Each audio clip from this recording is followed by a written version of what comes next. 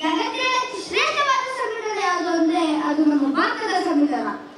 ಸಂವಿಧಾನವು ಹಲವಾರು ವಿಶೇಷ ಮತ್ತು ವಿಶಿಷ್ಟತೆಯಿಂದ ಕೂಡಲು ಕಾರಣ ಸಂವಿಧಾನ ಶಿಲ್ಪಿ ಮಹಾನ್ ಮಾನವತಾವಾದಿ ವಿಶ್ವಜ್ಞಾನಿ ಡಾಕ್ಟರ್ ಬಾಬಾ ಸಾಹೇಬ್ ಅಂಬೇಡ್ಕರ್ ಅವರ ದೂರದೃಷ್ಟಿ, ಮಾನವತರ ಕಾಳಜಿ, ಶಾಂತಿ ಮತ್ತು ಸಮಾನತೆ ತತ್ವಗಳು.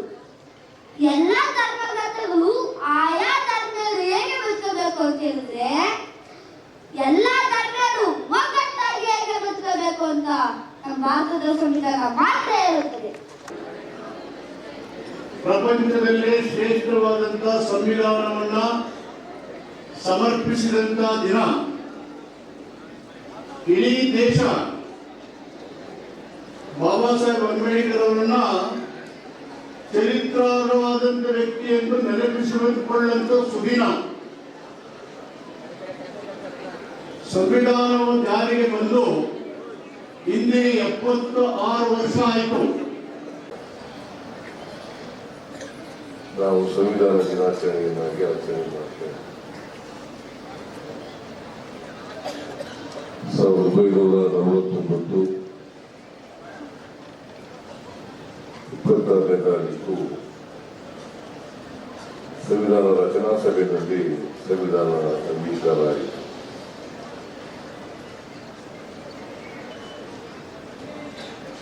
ಆ ದಿನವನ್ನೇ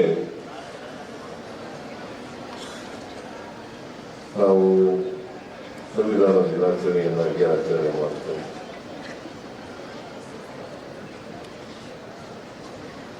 ದೇಶಕ್ಕೆ ಸ್ವಾತಂತ್ರ್ಯ ಬಂದದ್ದು 1947 ಆಗಸ್ಟ್ 15ನೇ ತಾರೀಕು.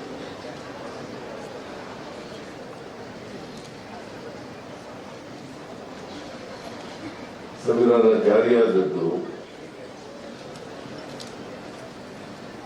1950 ಜನವರಿ 26ನೇ ತಾರೀಕು.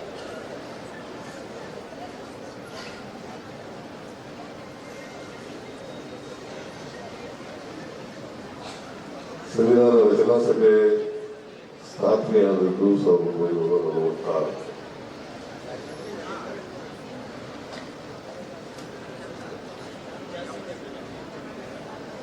ಇದರ ಮೊದಲನೇ ಅಧ್ಯಕ್ಷರಾಗಿದ್ದಂಥವರು ಶಿಲಾ ಅವರು.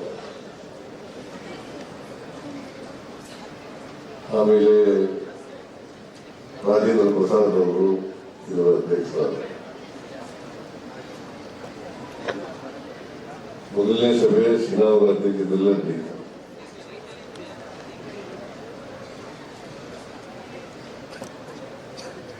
ಈ ದೇಶದ ಜನ ಮತ್ತೆ ಸ್ವಾತಂತ್ರ್ಯ ಹೋರಾಟಗಾರರು ನಮ್ಮ ದೇಶಕ್ಕೆ ಒಂದು ಸಂವಿಧಾನ ಬೇಕು.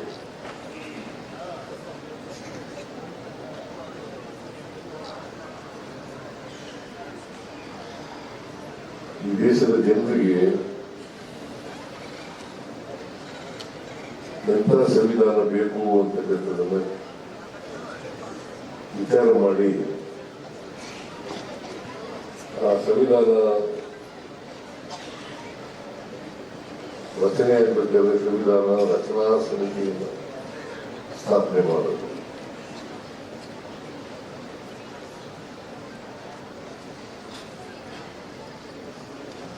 ಪ್ರತಿಯೊಂದು ವಿಧಿಯೂ ಕೂಡ ಚರ್ಚೆ ಆಗಿದೆ ಸಂವಿಧಾನ ರಚನಾ ಸಭೆಯಲ್ಲಿ.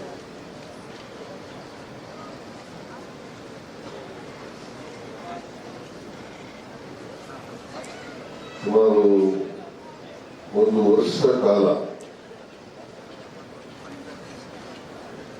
ಸಂವಿಧಾನದ ಪ್ರತಿಯೊಂದು ವಿಧಿಯೂ ಕೂಡ ಚರ್ಚೆ ಆಗಿದೆ.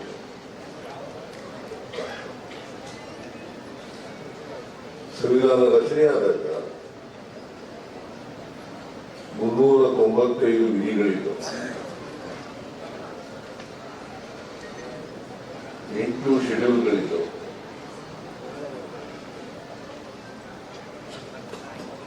ಈಗ 448 ವಿಧಿಗಳಿದ್ದಾವೆ, 12 ಶೆಡ್ಯೂಲ್ಗಳಿದ್ದಾವೆ.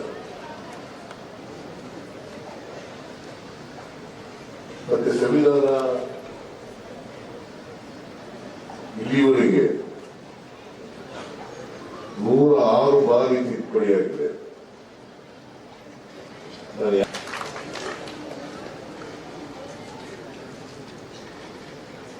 ಬಾಬಾ ಸಾಹೇಬ್ ಅಂಬೇಡ್ಕರ್ ಅವರೇ ಇದರ ಅಧ್ಯಕ್ಷರಾಗಬೇಕು. ಅವರು ರಚನಾ ಸಮಿತಿ ಸದಸ್ಯರು ಕೂಡ ಆಗಿದ್ದರು.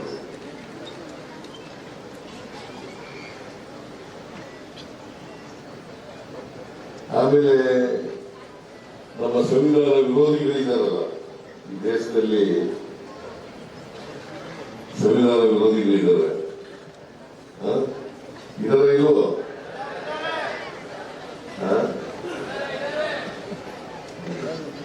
ಆ ವಿರೋಧಿಗಳು ಯಾರು ಅಂತ ಗುರುತಿಸ್ಕೋಬೇಕು, ಸಮಿತಿಯ ಅಧ್ಯಕ್ಷರನ್ನಾಗಿ ಮಾಡುತ್ತೆ. ಈ ಮನುವಾದಿಗಳು ಏನ್ ಹೇಳ್ತಾರೆ ಗೊತ್ತಾ? ಬಾಬಾ ಸಾಹೇಬರದು ಸಂವಿಧಾನ ರಚನೆಯಲ್ಲಿ ಪಾತ್ರ ಕಡಿಮೆ, ಬೇರೆಯವ್ರ ಪಾತ್ರ ಜಾಸ್ತಿ ಅಂತ ಹೇಳ್ತಾರೆ. It is not correct. ಎಲ್ರಿಗೂ ಜೈ ಭೀಮ್. ನನ್ನ ಹೆಸರು ಭೀಮಪುತ್ರಿ ರೇವತಿ ರಾಜ್ ಅಂತ, ಭೀಮಪುತ್ರಿ ಬ್ರಿಗೇಡ್ನ ಸಂಸ್ಥಾಪಕ ರಾಜ್ಯಾಧ್ಯಕ್ಷೆ. ಇವತ್ತು 76ನೇ ಸಂವಿಧಾನ ಸಮರ್ಪಣಾ ದಿನ, ಅಂದರೆ ಸಂವಿಧಾನದ ದಿನ ಅಂತ ಏನು ನಾವು ಬಹಳ ಹೆಮ್ಮೆಯಿಂದ ಗೌರವಪೂರ್ವಕವಾಗಿ ಆಚರಣೆ ಮಾಡ್ತಾ ಇದ್ದೀವಿ. ಆ ಕಾರ್ಯಕ್ರಮಕ್ಕೆ ಇಲ್ಲಿ ಅಂಬೇಡ್ಕರ್ ಭವನದಲ್ಲಿ ಎಲ್ಲ ಸೇರಿರುವಂಥದ್ದು. ಮುಖ್ಯಮಂತ್ರಿಗಳು ಕಾರ್ಯಕ್ರಮವನ್ನು ಉದ್ದೇಶಿಸಿ ಮಾತಾಡ್ತಾ ಇದ್ದಾರೆ, ಹಾಗೂ ಮಾದೇವಪ್ಪ ಸರು ಎಲ್ಲರೂ ಬಹಳ ತುಂಬ ಚೆನ್ನಾಗಿ ಕಾರ್ಯಕ್ರಮ ನಡೀತಾ ಇದೆ. ಸೊ ಸಂಘಟಕರಾಗಿ ನಾನು ಇಲ್ಲಿ ಅಬ್ಸರ್ವ್ ಮಾಡಿದ್ದೇನೆಂದರೆ, ಏನು ಇದು ಅಂಬೇಡ್ಕರ್ ಯಾವುದೇ ಸಂವಿಧಾನಕ್ಕೆ ಸಂಬಂಧಪಟ್ಟ ಕಾರ್ಯಕ್ರಮಗಳು ಅಲ್ಲಿ ವೇದಿಕೆ ಮೇಲಿದ್ದಿದ್ದು ಬರೀ ದಲಿತ ಸಮುದಾಯಕ್ಕೆ ಸಂಬಂಧಪಟ್ಟ, ಸಮಾಜ ಕಲ್ಯಾಣ ಇಲಾಖೆಗೆ ಸಂಬಂಧಪಟ್ಟ ನಿಗಮ ಮಂಡಳಿಗಳ ಅಧ್ಯಕ್ಷರುಗಳು, ಜೊತೆಗೆ ಸಮಾಜ ಕಲ್ಯಾಣ ಸಚಿವರು, ಜೊತೆಗೆ ನಮ್ಮ ಮುಖ್ಯಮಂತ್ರಿಗಳು.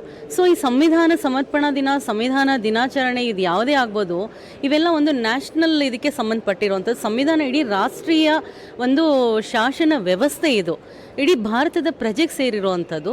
ಇದು ಬರೀ ಸಮಾಜ ಕಲ್ಯಾಣ ಇಲಾಖೆಗೆ ಯಾಕೆ ಮಾಡುತ್ತೆ? ಯಾಕೆ ಅಂದರೆ ಸಂವಿಧಾನವನ್ನು ಬರೆದವರು ಬರೀ ಬಾಬಾ ಸಾಹೇಬರು ಆ ಸಮುದಾಯಕ್ಕೆ ಸೇರಿದವರು ಅಂಥೇಳಿ ಇಲ್ಲೇ ಒಂದು ಸೈಡ್ಲೈನ್ ಮಾಡ್ತಾ ಇದ್ದಾರೆ ಅಂತ ನನಗನ್ನಿಸ್ತಾ ಇದೆ. ಸಂವಿಧಾನ ಸಮರ್ಪಣಾ ದಿನ ಆಗ್ಬೋದು, ಇಲ್ಲ ಸಂವಿಧಾನ ಜಾರಿಗೆ ಬಂದ ದಿನ ಆಗಬಹುದು, ಸಮಸ್ತ ಎಲ್ಲ ಏನು ಇಲಾಖೆಗಳಿದೆ ಎಲ್ಲರೂ ಸೇರಿ ಬಹಳ ದೊಡ್ಡ ಮಟ್ಟದಲ್ಲಿ ಪ್ರತಿಯೊಬ್ಬ ಇಲಾಖೆಯವರು ಉಪಸ್ಥಿತಿ ಇದ್ದು ಅಲ್ಲಿ ಮಾಡಬೇಕಾಗಿರುವಂಥ ಕಾರ್ಯಕ್ರಮ ಇದು. ದಲಿತ ಒಂದು ಸಮಾಜ ಕಲ್ಯಾಣ ಇಲಾಖೆಗೆ ಮೀಸಲಾಗಿ ಮಾಡ್ತಾ ಇರೋದು. ಇಲ್ಲ ಕಾನ್ಸ್ಟಿಟ್ಯೂಷನ್ ಇದನ್ನು ಒಂದು ಇದಕ್ಕೆ ಮಾತ್ರ ಮೀಸಲಿಡ್ತಾ ಇದ್ದಾರೆ ಅನ್ನೋವಂಥದ್ದು ನಮಗೆಲ್ಲೋ ಒಂದು ನೋವಿರೋವಂಥದ್ದು, ನೋಡಿದಾಗ ಹಾಗೆ ಅನಿಸೋವಂಥದ್ದು. ಅದ್ರ ಜೊತೆಗೆ ಇವಾಗ ಏನು ಸರ್ಕಾರ ಬಹಳ ಚೆನ್ನಾಗಿ ಹೋಗ್ತಾ ಇದೆ, ಏನು SC TSP ಫಂಡ್ಸು ಇನ್ನು ಸ್ವಲ್ಪ ಸಮರ್ಪಕವಾಗಿ ಬಳಕೆ ಆಗಬೇಕು. ಏನು ಫಂಡ್ಸ್ ಇದೆ ಟೋಟಲಿ ಎಲ್ಲವೂ ಆ ಸಮುದಾಯದ ಬಳಕೆಗೆ ಆಗಬೇಕು. ಜೊತೆಗೆ ಏನು ಎಲ್ಲ ಇವಾಗ KH ಮುನಿಯಪ್ಪ ಅವ್ರು ಮಾತಾಡಿದ್ರು ಬಹಳ ವ್ಯಾಲಿಡ್ ಇತ್ತದು ಆ ಪಾಯಿಂಟು. ನೀವು ಎಲ್ಲ ಅದನ್ನು ಎಷ್ಟು 48,000 ಕೋಟಿ ಏನಿದೆ ಅದನ್ನ ಡಿವೈಡ್ ಮಾಡಿ ಬೇರೆ ಬೇರೆ ಇಲಾಖೆಗೆ ಹಾಕೋ ಬದಲು ಅದನ್ನು ಸಿಂಗಲ್ ವಿಂಡೋ ಮಾಡಿ ಅರ್ಹ ಫಲಾನುಭವಿಗಳಿಗೆ ನೀವು ಡೈರೆಕ್ಟ್ ಅವರಿಗೆ ಕೊಡಲಿಕ್ಕೆ ಒಂದು ಸಪ್ರೇಟ್ ಒಂದು, ಇವಾಗ ಎಷ್ಟು ನಿಗಮಗಳು ಎಷ್ಟು ಆಯೋಗಗಳು ಮಾಡ್ತಾ ಇದ್ದೀರಾ ಆ ಥರ ಒಂದು ಕಾರ್ಪೊರೇಷನ್ ಮಾಡಿ ಸಿಂಗಲ್ ವಿಂಡೋ ಮಾಡಿ ಯಾವ್ಯಾವ ಕಾಮಗಾರಿಗೆ ಬೇಕೋ ಅಲ್ಲಿಂದಾನೇ ತೊಗೊಳ್ಳೋ ಅಂಥದ್ದು ಮಾಡಿದ್ರೆ ಮಿಸ್ಯೂಸ್ ಆಗೋ ತಪ್ಪುತ್ತೆ. ಸೊ ಆ ಕ್ರಮವನ್ನು ಮಾನ್ಯ ಮುಖ್ಯಮಂತ್ರಿಗಳು ಜರುಗಿಸ್ಬೇಕು. ಜೊತೆಗೆ ಇವಾಗ ಏನಿದೆ ದಲಿತ ಮುಖ್ಯಮಂತ್ರಿಗಳು ಅಂತ ಏನೋ ಒಂದು ಕೂಗು ಎದ್ದಿದೆ, ಖಂಡಿತ ದಲಿತ ಮುಖ್ಯಮಂತ್ರಿಗಳು ಬೇಕು. ಇವಾಗ ಯಾರು ಒಂದು 4-5 ಜನ ಮುಂಚೂಣಿನಲ್ಲಿದ್ದಾರೆ. HC ಮಾದೇವಪ್ಪ ಅವರು, ಸತೀಶ್ ಜಾರಕಿಹೊಳಿ ಅವರು, ಪರಮೇಶ್ವರ್ ಅವರು, ಮತ್ತು ನಮ್ಮ KH ಮುನಿಯಪ್ಪ ಅವರು. ಆದರೆ ಜನ ಎಲ್ಲ ಹೋರಾಟಗಾರರು, ಜನ ಎಲ್ಲ ಕೂಗ್ತಾ ಇದ್ದಾರೆ ಇಷ್ಟು ವರ್ಷ ಆದ್ರೂ ದಲಿತ ಮುಖ್ಯಮಂತ್ರಿ ಕೊಟ್ಟಿಲ್ಲ ಅಂತ. ಆದರೆ ಅದೇ ಈ ನಾನು ಹೇಳದಂಥ 4-5 ಸಚಿವರುಗಳು ಯಾಕೆ ಅವರು ನಾನು ಮುಖ್ಯಮಂತ್ರಿಯ ಕ್ಯಾಂಡಿಡೇಟ್ ಅಂತ ಘೋಷಣೆ ಮಾಡ್ಕೊಂಡು ಬರ್ತಾ ಇಲ್ಲ?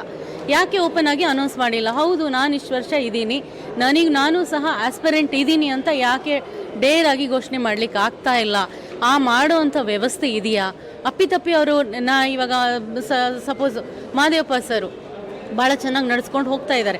ನಾನು ದಲಿತ ಮುಖ್ಯಮಂತ್ರಿ ಆಸ್ಪರೆಂಟ್ ಅಂತ ಹೇಳಿದಾಗ ಮೋಸ್ಟ್ಲಿ ಅವ್ರನ್ನೇನಾದರೂ ಸೈಡ್ಲೈನ್ ಮಾಡುವಂಥ ಒಂದು ಚಾನ್ಸಸ್ ಇದೆಯಾ?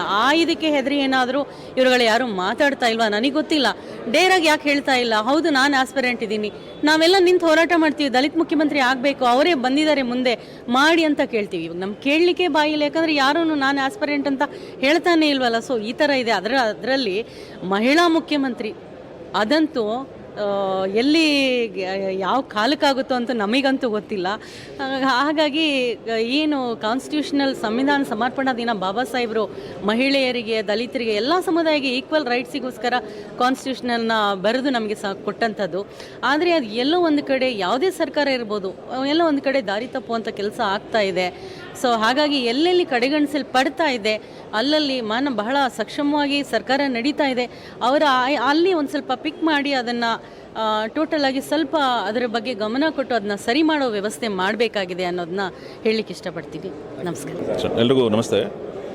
ಇವತ್ತು ನಮ್ಮ ಸಂವಿಧಾನ ಅಂಗೀಕಾರ ಆದಂಥ ದಿನ ಇವತ್ತು ನವೆಂಬರ್ 26. ಸೊ ಅಂಗೀಕಾರ ಆದಂಥ ದಿನ ಆಚರಣೆಯನ್ನು ಇವತ್ತು ಸರ್ಕಾರ ನಮ್ಮ ಅಂಬೇಡ್ಕರ್ ಭವನದಲ್ಲಿ ಮಾಡ್ತಾ ಇದೆ. ನಾನು ಹೀಗೆ ನಮ್ಮ ಜನಾಂಗದ ಏನೋ ಒಂದು ಮುಂದೆ ಇರುವಂಥ ಕಾರ್ಯಕ್ರಮದ ತಯಾರಿ ಮಾಡುವ ದೃಷ್ಟಿಯಲ್ಲಿ ಇಲ್ಲಿ ಬಂದಾಗ ನಮ್ಮ ಭವನದ ಹತ್ರ ಪಕ್ಕದಲ್ಲಿ ನಾನು ಈ ಒಂದು ಕಾರ್ಯಕ್ರಮ ನಡೀತಿರ್ಬೇಕಾದ್ರೆ ನನಗೂ ಭಾಗವಹಿಸಬೇಕು ಅಂತ ಅನ್ನಿಸ್ತು. ನೋಡೋಣ ಅಂತ ನಾನು ಕ್ಯೂರಿಯಸ್ ಆಗಿ ಬಂದೆ. ಒಳಗೆ ಬಂದ ನಂತರ ನೋಡೋಕ್ಕೆ ಕಾಣಿಸಿದಂತಂದರೆ ಬಹುತೇಕ ಯಾವುದೇ ನಮ್ಮ ದಲಿತ ಸಂಘಟನೆ ಆಗಲಿ ಅಥವಾ ಜನಪರ ಹೋರಾಟಗಾರ ಯಾರಿದ್ದಾರೆ ಅವರು ಯಾರೂ ಒಳಗಡೆ ಕಾಣಿಸ್ಲೇ ಇಲ್ಲ. ಅವ್ರು ಯಾರೂ ಇಲ್ಲ. ವೇದಿಕೆ ಮೇಲೆ ಸರ್ಕಾರದ ಕಾರ್ಯಕ್ರಮನೋ ಕಾಂಗ್ರೆಸ್ ಕಾರ್ಯಕ್ರಮ ಅನ್ನೋದನ್ನು, ಸರ್ಕಾರದ ಕಾರ್ಯಕ್ರಮಕ್ಕಿಂತ ಕಾಂಗ್ರೆಸ್ ಕಾರ್ಯಕ್ರಮ ಅನ್ನೋದನ್ನು ಸ್ವತಃ ಮುಖ್ಯಮಂತ್ರಿಗಳೇ ಅವ್ರು ಮಾತಾಡೋದ್ರಲ್ಲಿ ನನಗೆ ಅನಿಸ್ತು.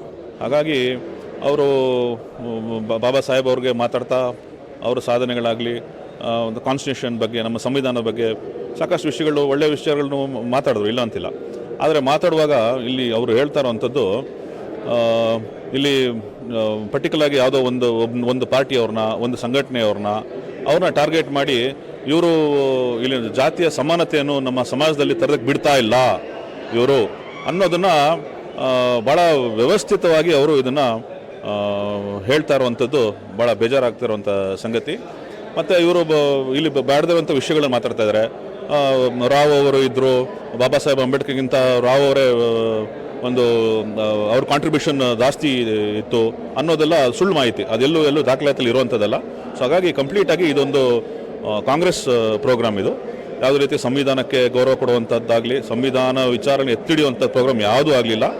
ಹಾಗಾಗಿ ಈ ಥರ ಮುಖ್ಯಮಂತ್ರಿ ಮಾತಾಡೋದು ನಮಗೆ ಒಂದು ಸ್ವಲ್ಪ ಅಸಮಾಧಾನ ತಂದಿದೆ. Thank you.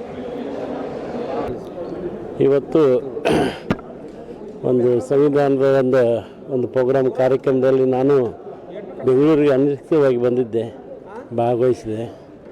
ಮುಖ್ಯಮಂತ್ರಿಗಳು ಏನು ಹೇಳಿದರು ಆ ಒಂದು ಅಂಶಗಳನ್ನು ಇವತ್ತು ಎಲ್ಲ ಸಮುದಾಯದವರು ಅದನ್ನೇನಾದರೂ ಪಾಲಿಸಿದ್ದಾದರೆ ನಾವೆಲ್ಲರೂ ಒಂದಾಗ್ತಕ್ಕಂಥದ್ದು, ಭಾವೈಕ್ಯತೆಯಿಂದ ಬದಲಾವಣೆ ಆಗ್ತಕ್ಕಂಥ, ಪರಿವರ್ತನೆ ಆಗ್ತಕ್ಕಂಥ ಒಂದು ಸಂವಿಧಾನದಿಂದ ಎಲ್ಲರೂ ನಾವು ಏನಾದರೂ ಅಳವಡಿಸ್ಕೊಂಡು ಹೋದರೆ, ಬಸವ ಅಂಬೇಡ್ಕರ್ ಅವರ ಒಂದು ಮಾರ್ಗದರ್ಶನದಲ್ಲಿ ಹೋದರೆ ಯಾವ ಸಮಸ್ಯೆ ಇರೋಂಗಿಲ್ಲ, ಯಾವ ಗೊಂದಲ ಇರೋಂಗಿಲ್ಲ, ಯಾವ ಗಲಾಟೆನೂ ಇರೋಂಗಿಲ್ಲ. ಒಂದಾಗ್ತಕ್ಕಂಥ ಒಂದು ನಾವೆಲ್ಲರೂ ಆ ಒಂದು ಮನೋಭಾವನೆಯನ್ನು ನಾವೆಲ್ಲರೂ ಮೂಡಿಸ್ಕೊಳ್ಬೇಕಾಗಿದೆ, ಅದು ರೂಢಿಸ್ಕೊಳ್ಬೇಕಾಗಿದೆ. ಆ ಒಂದು ದಾರಿಯಲ್ಲಿ ನಾವೇನಾದರೂ ಹೋದರೆ ನಮ್ಮಲ್ಲಿನೂ, ನಮ್ಮ ರಾಜ್ಯದಲ್ಲಿನೂ, ನಮ್ಮ ದೇಶದಲ್ಲಿನೂ ಈ ಒಂದು ಜಾತೀಯತೆ ವ್ಯವಸ್ಥೆ ದೂರ ಆಗಕ್ಕೆ ಸಾಧ್ಯ ಆಗ್ತದೆ. ನಾವೆಲ್ಲ ಒಂದಾಗಬೇಕು. ಬಸವಣ್ಣವ್ರು ಹೇಳಿರೋದು ಅದೇ, ಇವ ನಮ್ಮವ ಕೂಡಲ ಸಂಗಮ ದೇವ ನಿಮ್ಮ ಮನೆ ಮಗ ಎಂದೆನಸಯ್ಯ ಅಂತ ಬಸವಣ್ಣವ್ರು ಏನು ಹೇಳಿದಾರೋ ಹಾಗೆ ಡಾಕ್ಟರ್ ಬಾಬಾ ಸಾಹೇಬ್ ಅಂಬೇಡ್ಕರ್ ಅವರು ಎಲ್ಲ ಸಮುದಾಯದವರು ಮೇಲೆತ್ತಕ್ಕಂಥ ಎಲ್ಲರೂ ನಾವು ಒಂದಾಗಿ ಹೋಗ್ತಕ್ಕಂಥ ಒಂದು ಕಾರ್ಯವನ್ನು ನಾವೆಲ್ಲರೂ ಮಾಡ್ಕೊಂಡು ಹೋದರೆ ಒಂದು ಜಾತೀಯತೆ ಫಸ್ಟ್ ಹೋಗ್ಬೇಕು. ಅದು ಜಾತೀಯತೆ ಹೋಗ್ಬೇಕು. ಆ ಜಾತಿ ಹೋಯ್ತು ಅಂದರೆ ಗಲಾಟಿಲ್ಲ. ಎಲ್ಲ ರೋಟಿ ಬೇಟಿ ಸಂಬಂಧ ಬೆಳಿಬೇಕು. ಆ ಎಲ್ಲ ರೋಟಿ ಬೇಟಿ ಸಂಬಂಧ ಬೆಳೀತಂದರೆ ಆಟೋಮೆಟಿಕ್ವಾಗಿ ಅದೆಲ್ಲ ಬದಲಾವಣೆ ಹೋಗ್ತತಿ. ಬದಲಾವಣೆ ಕಡೆ ಇವತ್ತಿನ ಯುವ ಪೀಳಿಗೆ, ಇವತ್ತಿನ ಯುವಕರು ಬದಲಾವಣೆ ಆಗಲಿ, ಚಟುವಟಿಕೆಗೆ ಬಲಿಯಾಗಬಾರ್ದು, ದುಶ್ಚಟುವಟಿಕೆಗೆ ಬಲಿಯಾಗಬಾರ್ದು. ಡಾಕ್ಟರ್ ಬಾಬಾ ಸಾಹೇಬ್ ಅಂಬೇಡ್ಕರ್ ಅವರು ಶೈಕ್ಷಣಿಕವಾಗಿ ನೀವು ಮುಂದುವರಿರಿ ಅಂತಕ್ಕಂಥ, ಎಲ್ಲಿವರೆಗೆ ಶೈಕ್ಷಣಿಕವಾಗಿ ನೀವು ಬದಲಾವಣೆ ಆಗಂಗಿಲ್ಲ ಅಲ್ಲಿವರೆಗೆ ಇದು ಬದಲಾವಣೆ ಆಗಂಗಿಲ್ಲ ಅಂಥೇಳಿ ಏನು ನಮಗೆ ಸಂದೇಶವನ್ನು ಕೊಟ್ಟಿದ್ದಾರೋ ಆ ಸಂದೇಶವನ್ನು ಇವತ್ತಿನ ಯುವಕರು ಎಚ್ಚೆತ್ತುಕೊಳ್ಬೇಕು, ಜಾಗೃತಿ ಆಗಬೇಕು. ಚಟುವಟಿಕೆಗೆ ಬಲಿಯಾಗಲಾರ್ದೆ ಚೆನ್ನಾಗಿ ಓದ್ರಿ, ನಮ್ಮ ದೇಶದ ಒಂದು ನಾಡಿನ ಒಂದು ಶಕ್ತಿಯಾಗಿ ಹೊರಹೊಮ್ಮರಿ ಅಂತಕ್ಕಂಥದ್ದು ನಾನು ಈ ಮುಖಾಂತರ ಹೇಳ್ತೀನಿ.